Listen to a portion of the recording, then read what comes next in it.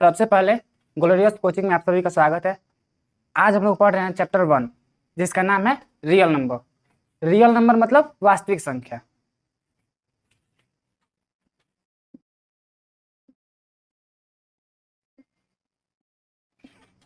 वास्तविक संख्या, वास्तविक संख्या है क्या?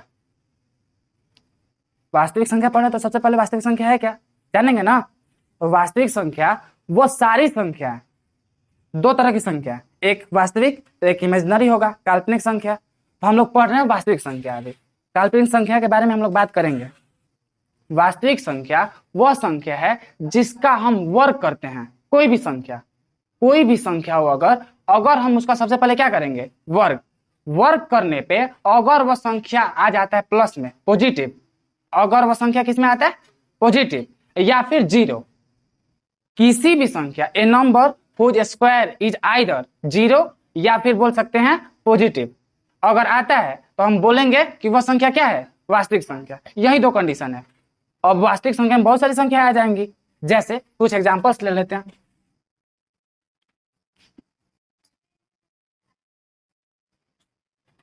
कोई भी संख्या ले लेते हैं, जैसे यहाँ पे -2, -1 संख्या है। तो अगर हमें चेक करना है कि यह संख्या वास्तविक है कि नहीं, तो सबसे पहले हम क्या करेंगे, इसका स्क्वायर निकालेंगे। क्या निकालेंगे? स्क्वायर मतलब वर्ग निकालेंगे इसका। तो जैसे ही वर्ग करेंगे तो आएगा क्या, +4। क्या आएगा? +4। तो हमें अभी 4 से मतलब नहीं है, हमें किससे मतलब है कि ये संख्या पॉजिटिव है कि निगेटिव। तो ये संख्या क्या है, पॉजिटिव। जब पॉजिटिव आया तो हम बोलेंगे कि ये जो -2 है क्या है, रियल नंबर है। कोई भी संख्या ले लेते हैं, जैसे 1/2, 1/2 का स्क्वायर करेंगे तो क्या होगा, 1/4। ये संख्या क्या है, पॉजिटिव है कि नहीं, पॉजिटिव है। तो ये संख्या क्या होगा, वास्तविक संख्या। √2 चेक करना है कि वास्तविक संख्या है कि नहीं, तो इसको सबसे पहले क्या करेंगे, वर्ग निकालेंगे। वर्ग जैसे ही निकालेंगे तो आएगा ये 2, और 2 क्या है, पॉजिटिव है। अब पॉजिटिव है तो ये क्या है, वास्तविक संख्या। वास्तविक संख्या पता चला। तो अब मन में सवाल आता है कि जब सब संख्याएं ले रहे हैं, जैसे 0.5, ये होगा 0.25, 0. जैसे ही 25 हुआ तो ये प्लस में है, अब प्लस में जैसे ही हुआ तो ये क्या हो गया, वास्तविक संख्या। तो अब बात आती है कि हम कोई भी संख्या ले लें, कोई भी संख्या, -2, परिमेय संख्या, पूर्ण संख्या, पूर्णांक संख्या, कोई भी संख्या ले, तो क्या आ रहा है, पॉजिटिव ही आ रहा है, और ये सारी वास्तविक संख्या ही आ रही है। तो कुछ ऐसे होंगे नंबर ना जिसको इमेजिनरी नंबर बोलेंगे, काल्पनिक संख्या।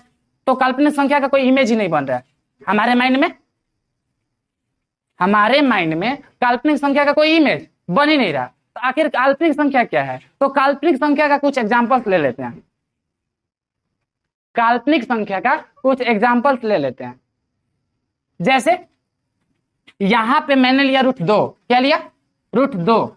अब लेते हैं -√2, तो -√2 का स्क्वायर करेंगे तो क्या हो जाएगा, ये +2 हो जाएगा। क्या हो जाएगा, तो ये भी हो गया, ये भी क्या हो गया, वास्तविक संख्या।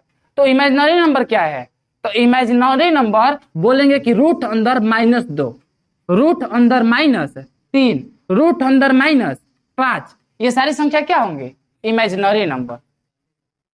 अब बात आती है कि 9th 10th में हम लोगों को अभी तक ऐसा कोई क्वेश्चन नहीं मिला है जिसके अंदर में रूट के अंदर माइनस हो। कोई क्वेश्चन मिलेगा ही नहीं। 15 चैप्टर है, 15 चैप्टर में कोई भी चैप्टर पढ़ लेते हैं तो रूट के अंदर -2 नहीं मिलेगा, रूट के अंदर -3 नहीं मिलेगा, रूट के अंदर -5 नहीं मिलेगा। तो काल्पनिक संख्या के बारे में आज तक किसी ने बात ही नहीं किया होगा। लेकिन हम बात कर रहे हैं सिर्फ एग्जांपल्स के तौर पे कि अगर सारी संख्या जिसका स्क्वायर करने पे 0 या फिर प्लस आ जाता है, जिसका मान पॉजिटिव आ जाता है, वह संख्या तो वास्तविक संख्या हो जा रही है। तो इमेजिनरी नंबर कौन होता है, के अंदर -2, रूट के अंदर -3, रूट के अंदर -5, जो भी सारी संख्या होंगी, रूट के अंदर अगर निगेटिव आ जाता है, अगर हम उसका स्क्वायर निकालेंगे तो वह हमेशा क्या आएगा, निगेटिव आएगा। जैसे देख लेते हैं, रूट के अंदर -2, रूट के अंदर -2, इसका वर्ग कीजिए तो क्या आएगा, माइनस, ये आ गया निगेटिव। अब मैंने शुरू में ही बताया था कि अगर उस संख्या को चेक करना है कि वास्तविक संख्या है कि नहीं, तो सबसे पहले इसका क्या निकालिए, स्क्वायर, वर्ग निकालने पे अगर वह संख्या 0 आता है या फिर पॉजिटिव आता है तो वास्तविक संख्या होगा, अगर 0 या पॉजिटिव में नहीं आता है तो वह संख्या क्या होगा, काल्पनिक संख्या। तो यहाँ पे रूट अंदर -2 को जब हमने वर्ग किया तो क्या आया, -2, और ये जो -2 आया वो निगेटिव आ गया। और जैसे ही निगेटिव आया तो हम क्या बोलेंगे कि ये क्या है, काल्पनिक संख्या। खत्म। अब वास्तविक संख्या, चैप्टर का नाम से क्लियर हो गया हमारा कि वास्तविक संख्या क्या होता है, वास्तविक संख्या क्या नहीं होता है। अगर वास्तविक संख्या को हम स्क्वायर करेंगे तो हो गया। अब आते हैं इसमें जो पढ़ना है मेन टॉपिक, यूक्लिड के बारे में पढ़ना है। किसके बारे में, यूक्लिड के बारे में। तो इसको समझने के लिए हम कुछ एक कहानी जानते हैं। कहानी जैसे मान लीजिए कोई एक दुकानदार है, किसी चीज की दुकान है, अंडे की दुकान ले लेते हैं। अंडे की दुकान है और एक ऐसा आदमी है जिसके पास कोई काम नहीं है, झगड़ा करते रहता है, घूमते रहता है। तो वो जाता है दुकान के पास। किसके पास, दुकान के पास। और दुकान के पास जाके अंडे लेता है, कुछ बातों बातों में झगड़ा कर लेता है। और झगड़ा होता है तो क्या आदमी सबसे पहले करता है, उसकी रोजगार, जो रोजगार कर रहा है उसी को नुकसान पहुंचाएगा। तो वो क्या करता है, सारे अंडे उसके तोड़ देता है। क्या करता है, तो अब जो दुकानदार है वो कुछ ना कुछ हल तो निकालेगा ना। तो वो उस बात को लेके किसी पुलिस स्टेशन में जाता है या फिर एक ऐसे जगह जाता है जहां पे उसको क्या मिले, न्याय मिल जाए। बोल सकते हैं सरपंच के पास जा रहा है, पुलिस स्टेशन जा रहा है। तो जो दुकानदार था वो पढ़ा हुआ था। क्या हुआ था, पढ़ा हुआ था। अब दुकानदार जो पढ़ा लिखा है तो वो दुकानदार से पूछा जाता है कि बताइए कि आपका क्या प्रॉब्लम है। तो बोलता है कि सर देखिए, मेरा एक दुकान था जिससे मैं अपनी रोजी रोटी चला रहा था, और ये आए और बातों ही बातों में झगड़ा किए और मेरा सारे अंडे का नुकसान कर दिए। तो आदमी क्या बोलता है, जो भी निर्णय करने वाला कि कितने अंडे थे टोटल, तो वो व्यक्ति बोलता है, कोई व्यक्ति के पास जाता है आदमी तो क्या पूछता है कि भाई बताइए कितने अंडे का नुकसान हुआ आपका। तो वो बोलता है कि सर जो मेरे पास अंडे थे, मान लेते कि उसके पास 150 अंडे थे। कितने अंडे थे, 150 अंडे। तो उसने बोला कि मेरे पास 150 अंडे थे, मतलब 150 से ज्यादा नहीं थे। जब 150 से ज्यादा नहीं थे तो वो एक चीज और बोलता है कि अगर इसको भरपाई करना है तो वो बोलता है क्या कि अगर सर आप अंडे का पेयर बनाते हैं, पेयर मतलब जोड़ा, अगर 2-2 अंडे का पेयर बनाते हैं, कितने अंडे का, 2-2 अंडे का पेयर बनाते हैं तो एक अंडा लास्ट में बच जाएगा, मतलब उसका पेयर नहीं बनेगा। 3-3 अंडे का अगर आप पेयर बनाएंगे, कितने अंडे का, 3-3 अंडे का, तो 3 अंडे पेयर बन जाएंगे, मतलब सॉरी 2 अंडे का पेयर बनेगा। 2 अंडे जो होंगे वो बच जाएंगे। 4-4 अंडे का अगर आप पेयर बनाते हैं तो कितने अंडे बच जाएंगे, 3 अंडे। 5 अंडे का पेयर बनाते हैं, कितने अंडे का, 5 अंडे का, तो 4 अंडे का पेयर नहीं बनेगा। 6 अंडे का अगर आप बनाते हैं, 5 अंडे बच जाते हैं। और 7 अंडे का अगर आप पेयर बनाते हैं तो एक भी शेष नहीं बचता है, मतलब सब पेयर बन जाता है। अब बात आती है कि इस बात को सुनते हुए पुलिस टकरा जाते हैं, भाई क्या बोल रहा है तुम, सीधे सीधे बोलो कितने अंडे थे। तो वो बोलता है कि देखिए साहब, इस बात को समझना है तो किसी से तो मिलना पड़ेगा ना जो रियल नंबर का अच्छा सा ज्ञान रखता हो। तो वो लोग क्या करते हैं, कहीं पे जाते हैं, जैसे मान लो मेरे पास है, पढ़ा रहा हूं ना रियल नंबर, तो आते हैं मेरे पास। तो इस बात को बताने के लिए मैं बोलता हूं ठीक है, अगर उस व्यक्ति के पास 150 अंडे थे, कितने थे, 150 अंडे थे, मतलब 150 से ज्यादा नहीं थे, तो 2 अंडे का पेयर बनाता है तो 1 अंडे के बाद लास्ट में बच जाते हैं। 3 अंडे का पेयर बनाता है तो 2 अंडे से बच जाते हैं। 4 अंडे का पेयर बनाता है तो 3 अंडे बच जाते हैं। 5 अंडे का पेयर बनाता है तो 4 अंडे बच जाते हैं। ऐसे करते करते लास्ट में बोलता है कि 7 अंडे का अगर वह व्यक्ति पेयर बना रहा है तो वह एक भी अंडा शेष नहीं बच रहा है। तो अब आते हैं पिछले क्लास में, जैसे जब हम लोग 4-5 में पढ़ते होंगे तब की बात कर रहे हैं। हम लोग भाज्य, भाजक, भागफल और शेषफल, जैसे भाज्य को कहा जाता है डिविजन, भागफल को कहा जाता है कोसेंट, भाज्य को कहा जाता है डिविडेंड और शेषफल को कहा जाता है रिमाइंडर। तो यूक्लिड जो थे, यूक्लिड ने ही बताया था एक नियम a बराबर बी क्यू प्लस आर। क्या बताया था, a बराबर बी क्यू प्लस आर। ये थोड़ा अजीब है लेकिन ये है वही चीज। जैसे हम लोग बचपन में कोई भी भाग देते थे तो उसमें हम लोगों को भाज, भाजक, भागफल और शेषफल तो मिलता ही था। ये वही है। हम लोग एक बार जब भागा बनाते थे तो सर देते थे क्या, इस भागा बना लिया तो ठीक है, तो इस भागे को जांच कीजिए कि ये भाग आपका सही है कि नहीं। तो एक फॉर्मूला अप्लाई करते थे, क्या कि जो भागफल आता था, जिससे भाग दे रहे हैं उसमें गुना कर देते थे, और जो शेषफल बच जाता था उसको क्या करते थे, प्लस कर देते थे, और जो उसमें हम भाग दे रहे थे वो संख्या मिल जा रहा था। मतलब कहने का मतलब है कि भाज्य बराबर भाजक गुना भागफल, इससे भाजक गुना भागफल प्लस शेषफल। भाज्य बराबर भाजक गुना भागफल प्लस शेषफल। अब अगर इस फॉर्मूला का इसे रिलेट किया जाए तो ये हमारा होता है भाज्य। क्या होता है? भाज्य, जिसको बोला जाता है डिविडेंड। क्या बोला जाता है? डिविडेंड। बी को करते हैं रिलेट भाजक से, जिसको कहा जाता है डिवीजन, और इसको रिलेट करते हैं क्यू को भागफल से, उसको बोला जाता है कोसेंट, और शेषफल को क्या कहा जाता है? रिमाइंडर। तो बात आती है कि अगर हम किसी संख्या से किसी संख्या में भाग देते हैं, जैसे अगर 7 से किसी संख्या में भाग दे रहे हैं, जैसे 7 से अगर हम किसी संख्या में जैसे 29 में भाग दे रहे हैं, कितने में? 29 में, तो भाग दो तो 14, कितना शेषफल बचा? 1। अब बात करते हैं यहाँ की शेषफल की। अगर यहाँ पे शेषफल 8 मान लीजिए बचता, क्या बचता? 8। अगर यहाँ पे मान लेते हैं कि शेषफल 1 नहीं बच के 8 बचता, तो क्या करता? 7 फिर एक बार में जाता कि नहीं जाता? मतलब हम कह सकते हैं कि हर स्थिति में, हर कंडीशन में कोई भी भाग हो, जितना से भाग दे रहे हैं उतना से शेषफल कम ही आना चाहिए। ये तो फिक्स है। अगर ज्यादा आया तो फिर से कटेगा, फिर से भाग वाला नियम लगेगा। जैसे मान लीजिए यहाँ पे 8 बचता, 1 न बच के कितना बचता? 8। तो कितना? 7 से फिर एक बार में लेके जाते 7, और फिर रिमाइंडर हमारा क्या बचता? 1। लेकिन ऐसा हो रहा है? नहीं। मतलब यूक्लिड का कहना था कि अगर आप 7 से भाग दे रहे हो तो आपका जो शेषफल बचेगा, जो रिमाइंडर बचेगा, रिमाइंडर वो कितना बचेगा?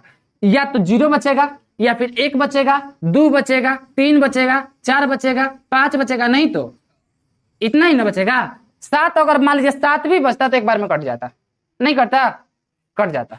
तो हमारा रिमाइंडर किसी भी संख्या से, जैसे 15 से भाग दे रहे हैं, तो उसका रिमाइंडर 0 हो सकता है, 1 हो सकता है, 2 हो सकता है, 3 हो सकता है, डॉट डॉट करते हुए 14 तक हो सकता है, लेकिन 15 होगा? नहीं होगा। तो यही बात किसने बताया था? यूक्लिड ने। और इसका फॉर्मूला का यूज करके ए बराबर बी क्यू प्लस आर, और ए बराबर बी क्यू प्लस आर कुछ और नहीं है, वही है भाज्य बराबर भाजक गुना भागफल प्लस शेषफल। ठीक है, आते हैं उस क्वेश्चन पे जहां पे वो अंडे वाला और दुकान वाला गए थे लोग। अंडे वाला और जो व्यक्ति झगड़ा किया था उस गए थे, तो बताया गया था आप लोगों को कि 2 अंडे का अगर पेयर बना रहा है तो 1 अंडे शेष बच जा रहा है, 3 अंडे का पेयर बना रहा है तो 2 अंडे शेष बच जा रहा है। ऐसे करते करते अगर 7 अंडे का वो व्यक्ति पेयर बना रहा है तो 1 भी अंडे शेष नहीं बच रहे हैं। तो इसका मतलब कि जो भी होगा वो संख्या 7 के गुणनखंड होगा। तो चलिए आते हैं, 150 उसके पास अंडे थे, 150 से ज्यादा नहीं थे, तो हो सकता है कि उसके पास 150 हो, 145 हो, 148 हो, 100 ऐसे कुछ हो। तो आते हैं 7 से भाग देते हैं 150 में, तो 7 दूनी 14, 1 0, और 7 से एक बार में कटाएंगे तो 3। तो अब जो ये 3 अंडे शेष बच रहे हैं, अगर 150 3 अंडे शेष बच रहे हैं, कितने? 3 अंडे शेष बच रहे हैं। तो अगर हमें इस 3 को मैनेज करना है तो आपके पास 2 तरीका है, या तो 150 से अधिक रखेंगे तो कट जाएगा 7 से, और नहीं तो 150 से कम रखेंगे। तो पहले ही कंडीशन बोल दिया था दुकानदार ने कि मेरे पास 150 से अंडे ज्यादा नहीं थे। तो जब 150 से अंडे ज्यादा नहीं थे तो ये 150 में 3 बच रहा है ना जी, तो 150 में 3 घटा दीजिए अंडे, 150 में से 3 घटा दीजिए, कितने अंडे थे? 147। ये वो पेयर होता है जो 147 7 को तो काट देगा, लेकिन जो कंडीशन था कि 2 अंडे ले रहे हैं तो 1 अंडे बच जा रहा है, 3 अंडे ले रहे हैं तो 2 अंडे शेष बच जा रहे हैं, 4 अंडे का पेयर बना रहे हैं तो 3 अंडे शेष बच जा रहे हैं, उसका क्या? तो उसको जांच करने के लिए हम लोगों को एक और अलग से क्वेश्चन लेके समझना होगा। जैसे ही हम लोग HCF निकालना यूक्लिड विभाजन प्रमेय द्वारा सीख जाएंगे तो ये भी सीख जाएंगे। लेकिन अभी हम लोगों ने जाना कि अगर 7-7 का पेयर बनाएंगे तो रिमाइंडर कितना बचा? 3। और 3 को मैनेज करने के लिए या तो 150 में कुछ संख्या जोड़ना होगा जो 150 से ज्यादा हो जाएगा, और या तो 150 में से 3 कुछ ऐसा संख्या घटाना होगा जो 3 मैनेज हो जाए और 7 से पूरा कट भी जाए। तो अभी हम लोगों ने जाना कि घटाने पे मतलब 150 से कम क्या होगा, तो जो भी रिमाइंडर बचता है, अगर छोटा संख्या पूछता है तो आप रिमाइंडर डायरेक्ट घटा दीजिए। लेकिन अगर 150 से बड़ी संख्या पूछेगा आपसे कि 150 के अगला बड़ा संख्या क्या होगा कि बताइए कि 7 से पूरा भाग लग जाए, तो उसके लिए आपको क्या करना होगा, जो भाजक होता है और जो शेषफल होता है, भाजक माइनस शेषफल, तो 7 माइनस 3 जितना आया 4, इस 4 को किस में ऐड कीजिएगा? 150 में। तो 150 प्लस 4 कितना हो जाएगा? 154। मतलब 150 के बाद अगला ठीक 154वां संख्या होगा जो किससे कट जाएगा? 7।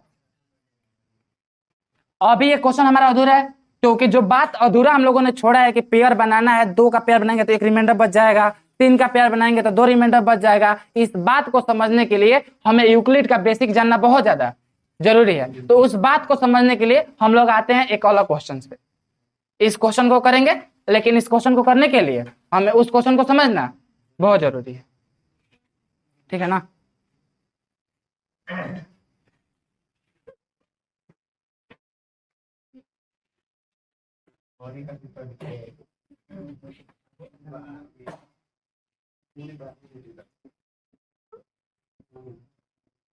आते हैं इस क्वेश्चन पे। 135 और 225 इन दोनों पेयर 135 और 225 है, इन दोनों का यूज करके हम लोग यूक्लिड विभाजन प्रमेयिका का जो कॉन्सेप्ट है उसको क्या करेंगे, क्लियर करेंगे।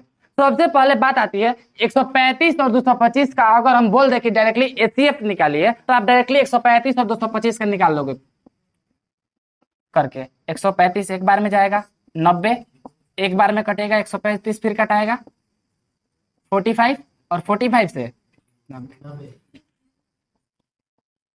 ये तो बहुत इजी है, ये लोग सभी लोग लगभग कर लेते हैं। लेकिन यूक्लिड विभाजन प्रमेयिका कहता है कि आप इस तरीके से नहीं बनाइए, क्योंकि हम लोग किस क्लास में पढ़ रहे हैं, 10th क्लास में। और ये बात तो हम लोगों को नॉर्मली फर्स्ट या सेकंड क्लास में ही बता दिया जाता है, एचसीएफ निकालना, एलसीएम निकालना। तो आते हैं 10th क्लास में कि यूक्लिड विभाजन प्रमेयिका इस बात को कैसे यूज करते थे और कैसे बनाते थे। तो सबसे पहले देखते हैं कि 135 से 225 को जैसे ही हम एचसीएफ निकाल रहे हैं तो कितने टर्म में टूट रहा है, एक टर्म, फिर यहां से दूसरा टर्म, और ये 3, मतलब 3 हिस्सों में टूट रहा है। कितने हिस्सों में? सबसे पहले 225 को हमने तोड़ा, कितने को?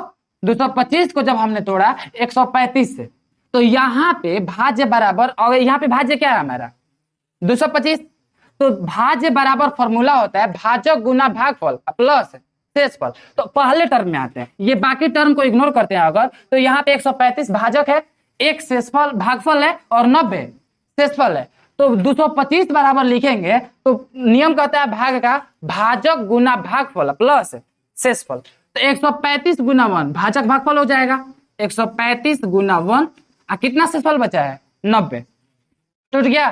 अब आते हैं दूसरा टर्म में, ये दूसरा टर्म है।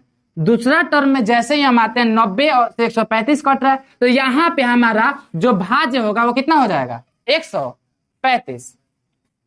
तो 135 को अगला बार में जब कटाएंगे तो यहाँ पे भाजक कितना होगा 90, भागफल 1 और शेषफल 45 45। तो 90 गुना 1 प्लस 45।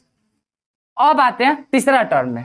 तीसरा टर्म में 45 से कटाया जा रहा है किसको 90 को, तो यहाँ पे भाजक क्या हो जाएगा हमारा, भाज्य क्या हो जाएगा 90 और भाजक 45। तो 45 से जब भाग देना तो भागफल कितना आ रहा है 2, तो 45 गुना 2 प्लस 0। तो देख रहे हैं कि यहाँ पे तीसरा टर्म में हमारा भागफल क्या आ गया, शेषफल क्या आ गया 0। जैसे ही शेषफल 0 आता है तो हमारा जो b का मान होता है, मतलब जो भाजक होता है, यहाँ पे भाजक क्या है 45, तो एचसीएफ कितना हो गया 45। और यही बात बताते हैं कौन, यूक्लिड, कि आप 225 और 135 का अगर एचसीएफ निकालना है तो यूक्लिड विभाजन प्रमेय a बराबर बी क्यू प्लस आर का यूज कर रहे हैं, तो a बराबर बी क्यू प्लस आर का यूज कीजिए और बताइए कि लास्ट टर्म में जहां पे रिमाइंडर 0 बच रहा है वहां पे भाजक क्या है हमारा, और वहां पे जो भाजक होता है वही हमारा क्या हो जाता है एचसीएफ का मान। ठीक है, इसके बाद हम लोग मिलते हैं नेक्स्ट वीडियो में, नेक्स्ट लेक्चर में। तब तक के लिए थैंक यू, और इस वीडियो को जितना हो सके अपने दोस्तों के पास शेयर कीजिए, लाइक कीजिए। और आप लोगों से ये जो भी प्रॉब्लम होते हैं आप बस एक काम कीजिए, हमारे तक क्वेश्चन पहुंचाइए, सॉल्यूशन पहुंचाना हमारा काम है।